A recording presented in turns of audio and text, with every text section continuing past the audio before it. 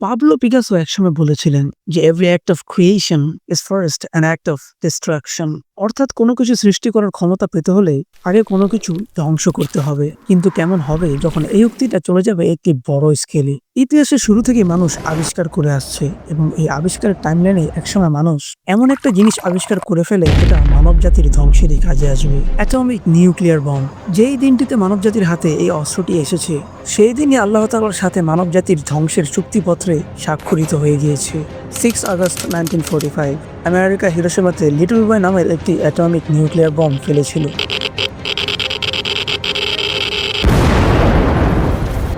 সেই দৃশ্যটা জাপানের হারার দৃশ্য ছিল না, সেই দৃশ্যটা ছিল মানবজাতির হেরে যাওয়ার দৃশ্য। অ্যালবার্ট আইনস্টাইন দৃশ্যে লুকিয়ে থাকা অর্থটা বুঝে ফেলেছিল, তাই সে বলেছিল, who is me. Hunger for পাওয়ার, অর্থাৎ মানবজাতির সবসময় থেকেই পাওয়ারের পিছনে একটি ক্ষুধা রয়ে গিয়েছিল। যেই কান্ট্রির কাছে নিউক্লিয়ার থাকবে সেই কান্ট্রি হবে সর্বোচ্চ পাওয়ারফুল কান্ট্রির মধ্যে একটি।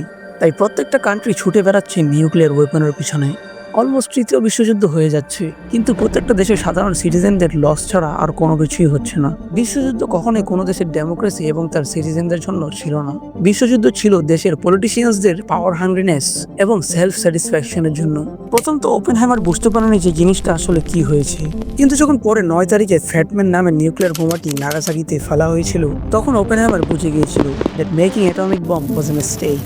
আজকের এই ইরান ইসরায়েলের যুদ্ধ শুরু হয়েছিল অনেক আগে। 1979-এ ইরানিয়ান রেভলিউশনের সময় ইরান ইসরায়েলের সাথে every official relationship cut off করে দিয়েছিল এবং ইরানের সকল ধরনের ইসরায়েলের পাসপোর্ট অ্যাকসেপ্ট করা সিজ করে দিয়েছিল।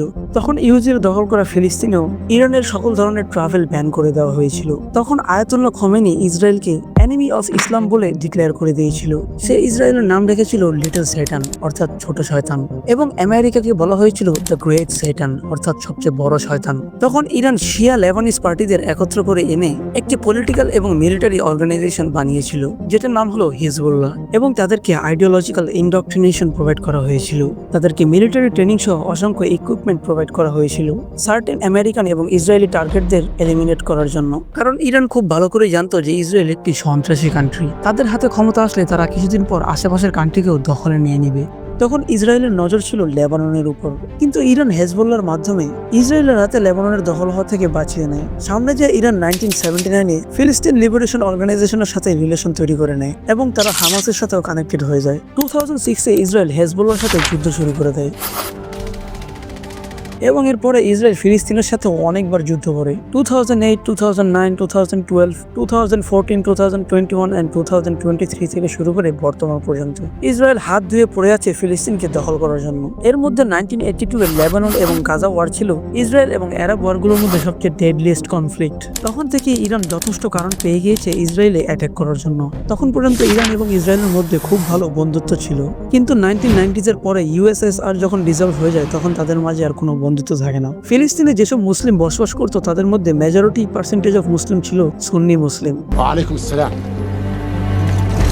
কিন্তু ইরানের ম্যাক্সিমাম মুসলিম ছিল শিয়া মুসলিম। শিয়া ও সুন্নি হলো মুসলিম জাতির ভিতরেই দুটি প্রজাতি। কিন্তু ইরান সবসময় থেকে ফিলিস্তিনকে কড়াভাবে সাপোর্ট করে আসছে। স্কলার্সরা বিলিভ করতো যে ইরান ফিলিস্তিনকে সাপোর্ট করার মাধ্যমে সুন্নি এবং আরব কান্ট্রিগুলোকে একত্র করে মিডল ইস্টে একটি সুপার পাওয়ার ক্রিয়েট করতে চায়, এবং তখন থেকে ইসরায়েল ইরানকে একটি এক্সিস্টেন্সিয়াল থ্রেট হিসেবে দেখা শুরু করে।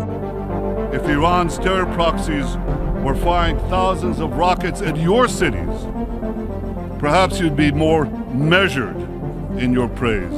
ইসরায়েল ইরানকে দোষারোপ করা শুরু করে দেয় যে ইরান জেনোসাইডের ইন্টেনশন নিয়ে ঘুরে বেড়ায় এবং ইরান কোনো বড় ধরনের টেরোরিস্ট প্ল্যান তৈরি করছে। তখন পাল্টা জবাবে ইরানও ইসরায়েলকে গাজায় জেনোসাইড করার দোষারোপ করে দেয় এবং 1990s-এর পর থেকে ইরান একটি নতুন প্ল্যান চালু করে। তারা এই অপারেশনটির নাম দেয় আমাদ প্ল্যান। এই অপারেশনটির মুখ্য উদ্দেশ্য হলো ইরান তার দেশের ন্যাশনাল প্রোটেকশনের জন্য নানান ধরনের নিউক্লিয়ার এক্সপেরিমেন্টস এবং নিউক্লিয়ার ওয়েপন বানানো শুরু করে দিবে। Involve research and development into weaponization and production of weapons grade nuclear materials. কিন্তু এই অপারেশনটির ব্যাপারে জানার পর ইসরায়েলের মাথা নষ্ট হয়ে যায়, কারণ আজও পর্যন্ত সম্পূর্ণ মিডল ইস্টে ইসরায়েল হলো একমাত্র কান্ট্রি যাদের কাছে নিউক্লিয়ার ওয়েপন্স রয়েছে। যদি ইরানের হাতে নিউক্লিয়ার ওয়েপন্স এসে পড়ে তাহলে ইসরায়েলের পক্ষে তাদেরকে থামানো অসম্ভব হয়ে যাবে। তাই ইরান এবং আমেরিকা মিলে পৃথিবীর সবচেয়ে ডেঞ্জারাস কম্পিউটার ভাইরাস তৈরি করে 2010 সালে, যেই ভাইরাসের নাম হলো স্টাক্সনেট ভাইরাস। এই ভাইরাস যে কোনো কম্পিউটার, মাইক্রোসফট উইন্ডোজ প্রোগ্রাম থেকে শুরু করে যে কোনো মেশিনে ঢুকে অথরের কাছে সব ডাটা চুরি করে পাঠিয়ে দিয়ে সেই জায়গা থেকে সম্পূর্ণ ডাটা রিমুভ করে দেয়। অর্থাৎ আপনার কম্পিউটার অথবা মেশিনে আপনার সকল ধরনের ফাইল রিমুভ হয়ে যাবে, কোনো কিছুই থাকবে না। আমেরিকা এবং ইসরায়েল মিলে এই ভাইরাসটি ইউজ করে ইরানের উপর, যার ফলে ইরানের নিউক্লিয়ার প্রজেক্টের যত ধরনের ডাটা রয়েছে সবকিছু নষ্ট হয়ে যায়। এরপর নেক্সট অ্যাটেম্প্ট করা হয় 2018 সালে, যখন মোসাদ ইরানের ক্যাপিটাল তেহরানের একটি ওয়্যারহাউস থেকে অনেকবার নিউক্লিয়ার প্রজেক্টের ডকুমেন্ট চুরি করে সেগুলো পাবলিকে ছড়িয়ে দিয়েছে। এগুলো সব কম পড়ে গেলে 2022 সালে দি IAEA অর্থাৎ ইন্টারন্যাশনাল অ্যাটমিক এনার্জি এজেন্সি তারা ইরানের 3টি নিউক্লিয়ার সাইটকে খুব ক্লোজ ভাবে ইনভেস্টিগেট করে এবং তারা ইরানকে জানায় যে তারা যে প্রজেক্টে কাজ করেছে সেই প্রজেক্টে ইউরেনিয়ামের পার্সেন্টেজ অনেক বেশি এবং ইউরেনিয়াম হলো একটি ডেঞ্জারাস ইনগ্রেডিয়েন্ট। এটা লিমিটের বাইরে ইউজ করা IAEA এর রুলস এর বাইরে, তাই ইরানের প্রজেক্টটি আবারও ক্লোজ করতে হয়। এই সবকিছু মিলে ইরান এবং ইসরায়েলের মধ্যে একটি দুশ্মনী তো হয়েই গিয়েছিল, কিন্তু ইসরায়েলের একটি ভুল সিদ্ধান্তের কারণে ম্যাচে আগুন লেগে যায়। ইসরায়েলের দামাস্কাসে অ্যাটাকের কারণে নিউট্রাল স্টেট থেকে প্লেয়ার স্টেটে পরিণত হয়ে যায়।